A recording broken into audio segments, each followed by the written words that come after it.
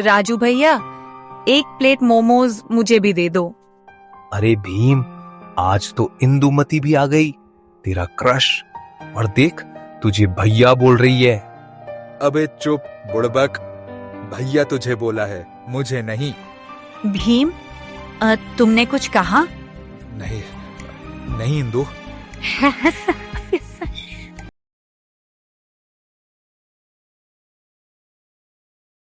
एक समय की बात है, ढोलकपुर नाम का एक छोटा सा गांव। यहाँ के लोग सादे, मेहनती और मस्त मौला थे। इसी गांव में रहते थे दो पक्के दोस्त, भीम और राजू। दोनों की दोस्ती बचपन से थी। उनकी यारी ऐसी थी जैसे सरसों का साग और मक्की की रोटी, एक दूसरे के बिना अधूरी। भीम गरीब घर का लड़का था। उसके पिता दिहाड़ी मजदूरी करते थे। घर की हालत ऐसी थी कि महीने का आखिरी हफ्ता आते आते सादा खाना ही नसीब होता। पर भीम के दिल में एक अलग ही आग जलती थी। कुछ बनना है, कुछ करना है। राजू थोड़ा मजाकिया था, पर दिमाग तेज। हर बात में कोई न कोई रास्ता हंसते हंसते निकाल लेता था। दोनों का रोज का काम था गांव की चाय की दुकान पर बैठकर भविष्य के सपने देखना। ओ भीम, तू ऐसे बैठा है जैसे किसी ने तेरी चाय में गांजा घोल दिया हो। क्या चल रहा है दिमाग में? राजू, तुझे मजाक सूझता रहता है, अब कुछ करना पड़ेगा। पिताजी रोज मेहनत करते हैं, तभी घर चलता है। ऐसे तो मेरे सपने पूरे ना हो पाएंगे। अरे तो क्या हुआ मेरे मुन्ना? मेहनत से घर चलता है, पर सपनों के लिए दिमाग भी तो लगाना पड़ेगा ना। मजाक छोड़ यार, सच में परेशान हूँ। ठीक है भाई, सीरियस मोड ऑन। जेब खाली है तो क्या हुआ, पर ऊपर वाले ने दिमाग तो मुफ्त में दिया है ना, बस उसे थोड़ा चलाना है मेरे दोस्त। भीम ने राजू की तरफ देखा। उसकी आंखों में उम्मीद की हल्की सी चमक थी। बस यही चाहता हूँ, एक दिन ऐसा आए जब पिताजी को काम पर घर से बाहर ना जाना पड़े। तो सुन ले भीम, एक दिन ऐसा आएगा जब ढोलकपुर वाले कहेंगे, देखो वही है भीम जिसने सब बदल दिया। और मैं तो बस वहीं तेरे पीछे खड़ा तेरा बॉडीगार्ड बन के रहूंगा। पागल है तू। तू मेरा पार्टनर है, तो तय रहा, हम ढोलकपुर में कुछ नया करेंगे। भीम बेटा, अब पहले जैसी ताकत नहीं रही। काम करने की क्षमता दिन ब दिन घटती जा रही है। आज आधा काम करके ही हाथ पैर जवाब दे गए। पिताजी, अब आप ज्यादा मेहनत मत किया करो, मैं कोई काम ढूंढ लूंगा, सब ठीक कर दूंगा। बस यही सुनना था बेटा। भीम घर के बाहर बैठ गया। आंखें जमीन पर थी, दिमाग उलझा हुआ, जैसे रास्ता सामने हो पर दिशा साफ न हो। तभी राजू वहां से गुजर रहा था और घर के बाहर भीम को उदास बैठे देखकर रुक जाता है। ओए हीरो, जमीन को क्यों घूर रहा है? आज तो तू ऐसा बैठा है जैसे परीक्षा का रिजल्ट आने वाला हो। मजाक का टाइम नहीं है यार राजू, समझ नहीं आ रहा क्या करूं। घर वाली बात दिमाग में घूम रही है ना?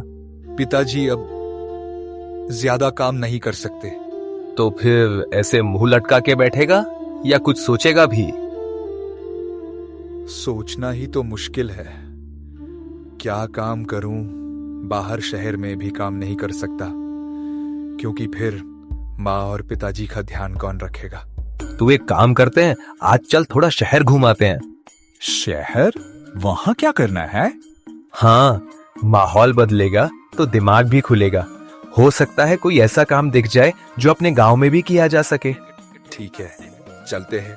बस यही सुनना था, चल देर ना कर। दोनों साथ साथ आगे बढ़ते हैं। कभी कभी जिंदगी का सबसे बड़ा मोड़ एक छोटी सी फैसले से शुरू होता है। भीम और राजू बस पकड़कर शहर पहुंच जाते हैं। अरे भीम, यहाँ तो हर एक आदमी काम करता हुआ दिख रहा है।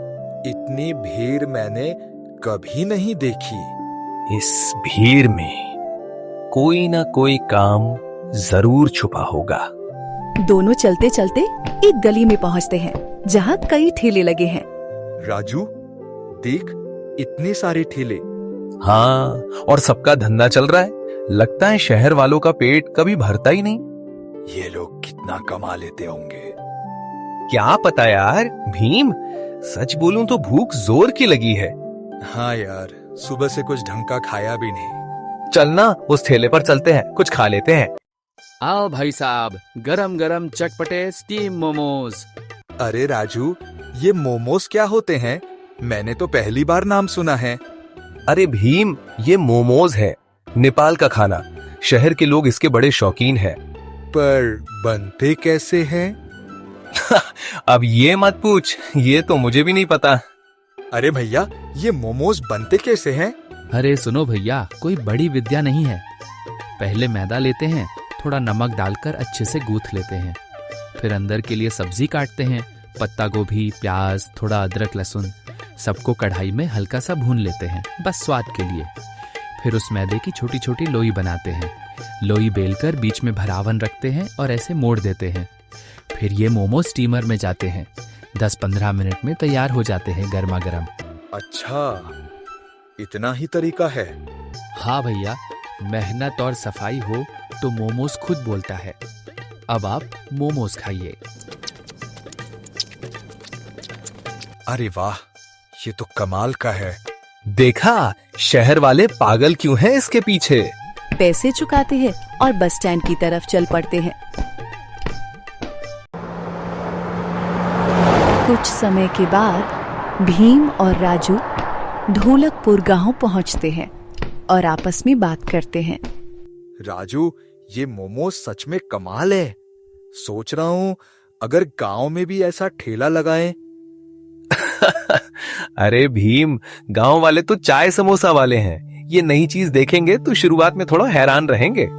तो फिर हमारा ठेला, पहला मोमो ठेला ढोलकपुर में। सही कहा, लेकिन पैसे कहाँ से आएंगे? पैसा मैं संभाल लूंगा, तू बस मेहनत कर, बाकी जुगाड़ मुझ पे छोड़। तू सच में भाई जैसा है। भाई नहीं, अब से हम मोमो के खिलाड़ी हैं। गांव वाले कभी भूलेंगे नहीं। अगले दिन भीम और राजू मोमोज बनाने के लिए पूरी तैयारी में लग जाते हैं। सबसे पहले वे गांव के बाजार जाकर मैदा खरीदते हैं, फिर सब्जियां, मसाले और भरावन की सामग्री ले आते हैं। उसके बाद उन्होंने गांव में एक पुराना ठेला खरीदा, जिसे वे मोमोज का पहला ठेला बनाने वाले थे। भीम और राजू ने मोमोज का पहला बैच तैयार करते हैं। टेस्ट करने के बाद भीम बोलता है, राजू, ये मोमोज तो आधे कच्चे हैं और आधे जले हुए बने हैं। देखा भीम, यही तो असली मजा है। गलतियों से ही सीखते हैं। अगला बैच जरूर मस्त बनेगा। कुछ ही देर में दोनों ने ध्यान से दूसरा बैच तैयार किया। अब मोमोज बिल्कुल सही बने, गर्मा गर्म और खाने लायक। चलो, अब इन मोमोज को ठेले पर रखकर गांव के बाजार में बेचने चलते हैं। हाँ भाई, देखते हैं लोग कैसे हैरान होते हैं हमारे मोमो स्पेशल पर। पहली बार भीम और राजू गांव के बाजार में अपना ठेला लगाते हैं। अरे आओ भाइयों, अरे आओ बहनों, हमारे मोमोज खा के देखो। पसंद ना आए तो पैसे मत देना, 20 रुपए प्लेट। भीम की आवाज सुनकर आसपास के लोग रुक जाते हैं। धीरे धीरे भीड़ इकट्ठा होने लगती है। अरे भीम, राजू, ये क्या चीज है? अरे भैया, ये है मोमोज, नेपाल का खाना है। अच्छा, स्वादिष्ट भी होगा या नहीं? अरे भाई, खा कर तो देखो, अगर अच्छा ना लगे तो गाली दे देना। राजू भैया, एक प्लेट मोमोज मुझे भी दे दो। अरे भीम, आज तो इंदुमती भी आ गई, तेरा क्रश। और देख, तुझे भैया बोल रही है। अबे चुप बुड़बक, भैया तुझे बोला है, मुझे नहीं। भीम, तुमने कुछ कहा? नहीं नहीं इंदु। इंदुमती मुस्कुरा देती है। आसपास के लोग मोमोज खाने लगते हैं। अरे वाह, अरे भाई साहब, सच में मजेदार हैं। अरे राजू और भीम भाई बहुत अच्छे बने हैं। हाय राम, क्या स्वाद है। लगता है बनाने वाले ने इसमें अपना दिल भी लगाया है। अरे वाह, मोमोज भी पास हो गए और दिल भी। राजू भैया, ज्यादा मत बोलो। कल फिर बनाना, मैं फिर आऊंगी। बाय भीम। देखते ही देखते शाम तक पूरा का पूरा ठेला खाली हो जाता है। राजू, देख आज की कमाई, मजा आ गया दोस्त। अब देखना दोस्त, आज मोमोज बिके हैं, कल नाम बिकेगा और परसों इंदुमती का दिल। दिन बीतते गए। राजू और भीम का मोमोज का ठेला गांव में खूब चलने लगा। सुबह से शाम तक ग्राहक आते रहते, लेकिन उसी बाजार में एक और ठेला था, समोसे वाला कालिया का। कल तक तो मेरे समोसे हाथों हाथ बिकते थे, अब सब उन मोमोज वालों के आगे लाइन लगाए खड़े हैं। ये भीम राजू कहां से टपक पड़े, न जाने कौन सा परदेसी खाना ले आए हैं। मेहनत तो मैं भी करता हूं, पर भीड़ उनके ही पास क्यों? अगर ऐसा ही चलता रहा ना तो मेरा धंधा चौपट हो जाएगा। कालिया की आंखों में जलन साफ दिखाई देती है। उसके दिमाग में कुछ गलत पकने लगता है। राजू और भीम का मोमोज का ठेला दिन ब दिन और अच्छा चलने लगा। भैया भैया, मुझे मोमोज खाने हैं, लेकिन मेरे पास पैसे नहीं हैं। कोई बात नहीं जग्गू, आज तू फ्री में मोमोज खा। सच में भैया? अरे हाँ छोटे उस्ताद, काहे को टेंशन ले रहा है। जग्गू खुशी खुशी मोमोज खाने लगता है। आसपास के लोग मुस्कुरा देते हैं। अरे भीम और राजू, तुम्हारे मोमोज स्वादिष्ट तो बहुत है, इसमें कोई दो राय नहीं, लेकिन बस एक ही परेशानी है। हाँ भैया बोलिए, कौन सी दिक्कत है? बस एक ही परेशानी है, यहाँ खड़े होकर खाना पड़ता है, ज्यादा देर खड़ा भी नहीं रहा जाता।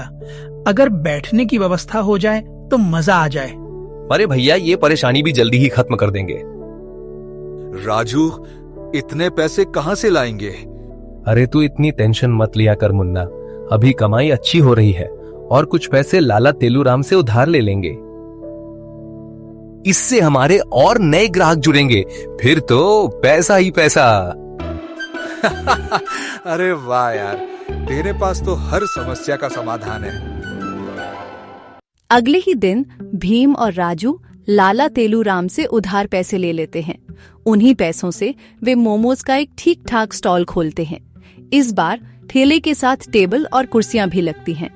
अरे वाह राजू, तुमने तो पूरा स्टॉल खोल लिया, बहुत अच्छा किया। देखा भैया, हमने कहा था ना, आपकी दिक्कत का समाधान कर देंगे। अब आराम से बैठकर खाइए। ग्राहक कुर्सियों पर बैठते हैं। भीम मोमोज बनाने में लग जाता है, राजू ग्राहकों को संभालता है। सब कुछ बहुत अच्छा चल रहा होता है। ग्राहक मजेदार मोमोज खा रहे होते हैं। कई लोग भीम और राजू की खूब तारीफ कर रहे होते हैं। इसी बीच मौका देखकर समोसे वाला कालिया स्टॉल के पास आता है। चुपचाप कुछ पैसे निकालता है और वहां से चला जाता है। शाम को ग्राहक चले जाते हैं। भीम पैसे गिनता है। अरे राजू यार, आज तो 3000 की कमाई हुई थी, लेकिन यहाँ सिर्फ 1500 रुपए हैं।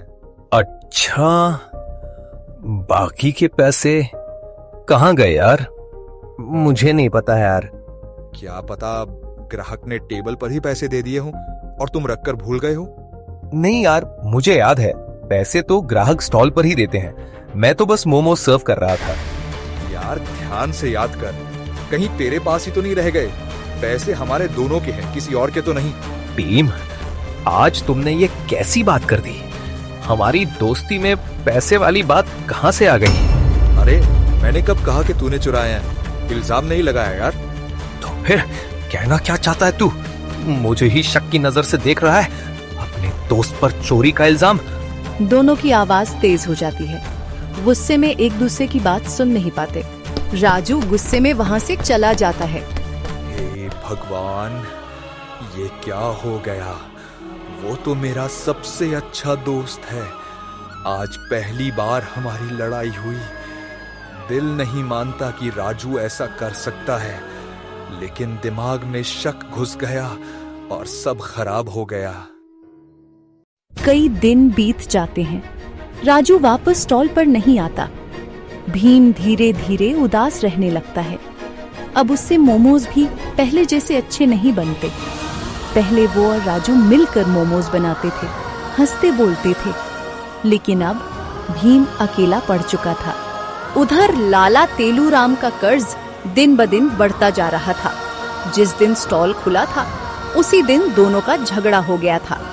एक दिन राजू समोसे वाले कालिया की दुकान के सामने से गुजरता है। कालिया उसे देख लेता है और मन ही मन सोचता है, क्यों ना इन दोनों को फिर से आपस में लड़ा दूं, ताकि इनकी दोस्ती दोबारा जुड़ने का सवाल ही ना उठे। अरे राजू भाई, क्या हाल है? आजकल मोमोज के स्टॉल पर दिखते नहीं हो। बस ऐसे ही, तबीयत ठीक नहीं रहती। लेकिन भीम तो कुछ और ही कह रहा था। भीम? क्या कहा उसमें? वो कह रहा था कि तुमने स्टॉल के पैसे चुरा लिए थे और जब चोरी पकड़ी गई तो गुस्से में खुद ही वहां से निकल गए। राजू के चेहरे का रंग उतर जाता है, आंखों में पानी आ जाता है, दिल टूट जाता है। क्या भीम ऐसा कर सकता है? मुझे तो यकीन ही नहीं होता। राजू वहां से चुपचाप चला जाता है। उसके मन में कई सवाल घूम रहे होते हैं। इधर कालिया अपनी चाल में कामयाब होकर खुश हो जाता है। मजा आ गया। इनकी वजह से मेरा बहुत नुकसान हुआ था। अब इनकी यारी पूरी तरह खत्म। राजू एक तरफ चुपचाप बैठा होता है, गहरी सोच में डूबा हुआ। भीम, तुझे तो मैंने भाई माना था, हर दुख में तेरे साथ खड़ा रहा, लेकिन तूने जो किया वो माफी के लायक नहीं। तूने मुझे बदनाम किया। बस बहुत हो गया। अब तक तूने मेरा प्यार देखा था, अब मेरी नफरत और मेरा बदला देखना। एक तरफ राजू के दिल में नफरत जन्म ले रही थी और दूसरी तरफ भीम इस सच्चाई से बिल्कुल बेखबर था। बस एक गलतफहमी ने सब कुछ बर्बाद कर दिया था। आगे क्या होगा? क्या दोस्ती फिर से जुड़ पाएगी या ये गलतफहमी सब कुछ तोड़ देगी? ये सब जानेंगे अगले पार्ट में।